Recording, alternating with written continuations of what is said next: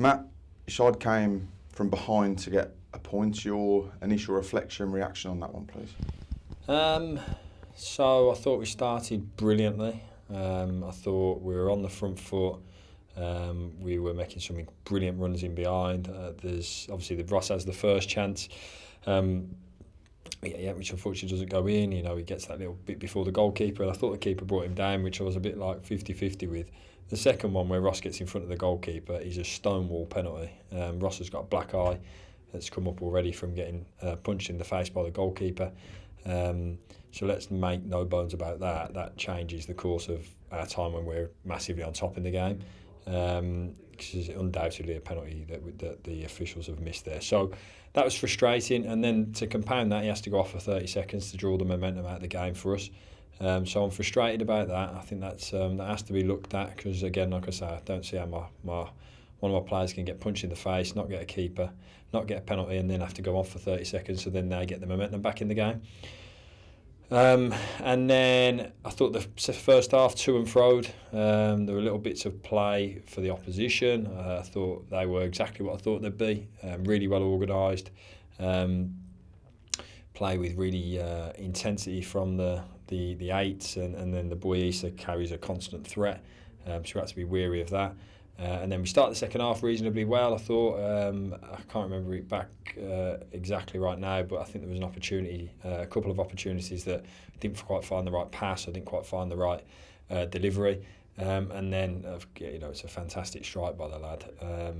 Something that we'd spoken about, obviously, in the build-up to the game. He hit a really good one in the previous game against Mansfield. We were fully aware of it. I've watched it back just then. Sometimes it's one of them things. It stayed hit and it went right to the top corner. And we were all taught and spoke about if someone's going to beat you or beat your goalkeeper, it's from a strike like that, which it was.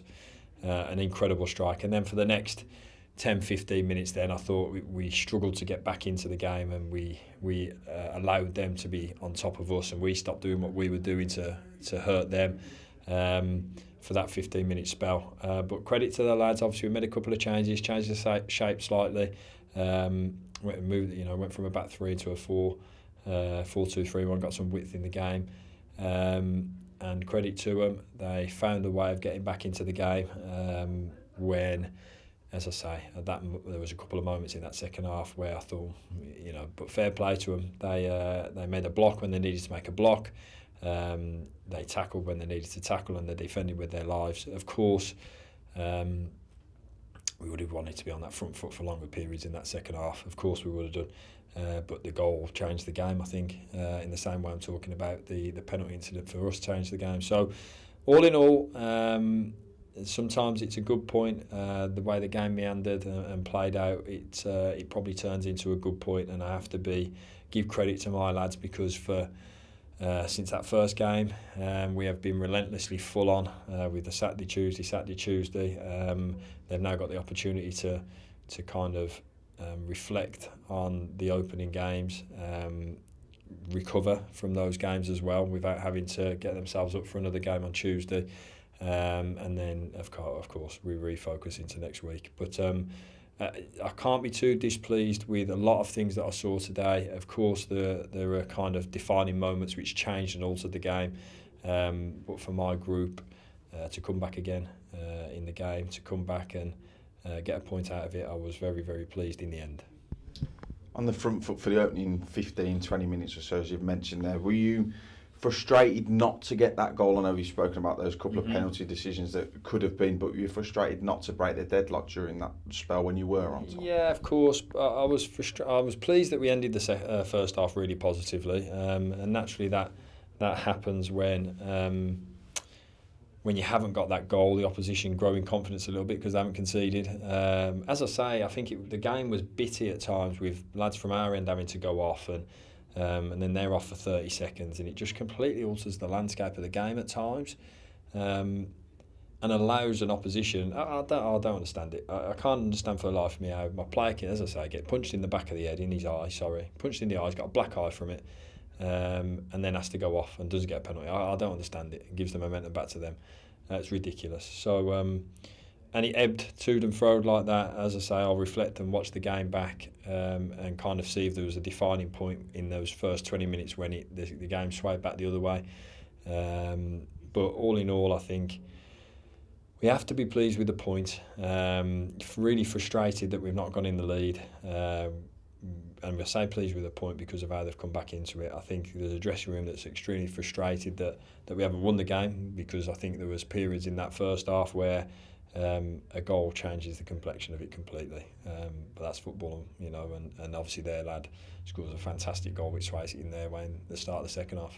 Be pleased with the reaction you saw from your side from going behind, and like you say, he's a fantastic strike, but to then regroup and go again and then get a deserved equaliser for me, it shows great character from your group. Yeah, I thought when Remy came on, he made an impact. We obviously had to readjust a couple of times. We're trying to get Knowlesy back in and firing and fit and playing every minute, but he's not there yet. As you saw, he was running on complete empty at the end of the game there.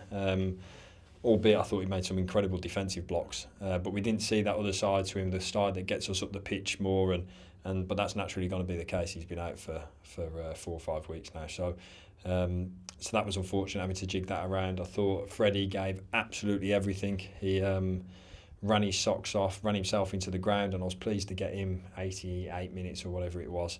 There were times when I'm looking, thinking, you know, it could be the moment, but fair play to him. Then he springs to life again and gives us something else. And I thought he was a constant handful for them. And they'll know that we're in a game when they play against them. So, yeah, it did. And we came back. We gave it a right good go again towards the end. Obviously, unfortunately, the sending off then means your back's to the wall in that kind of last hurrah part of the game.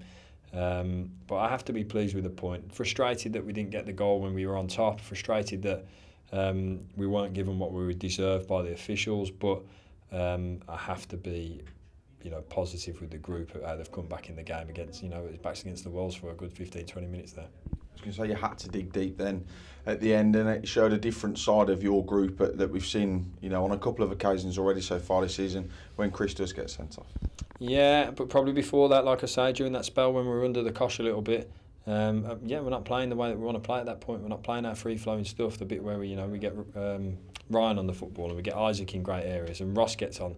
We weren't playing that at that point. I completely see it. There were factors to that. I thought they were getting down the sides of us a little bit. Our press wasn't quite where it was, and some of that was down to people that are feeling their way back, having missed a bit of time. So there were elements to the reasons why that was, but I reiterate, I have to be pleased with the resilience that they showed, not to give a second goal away, threw everything at it, not to make sure that didn't happen, and gave everything to make sure they got back into the game, which they did. I have to be proud and pleased with that. On a final note, you met mascots Alfie and Reggie before the game, a lovely moment shared with them two as friends and for everybody that was involved in that one as well.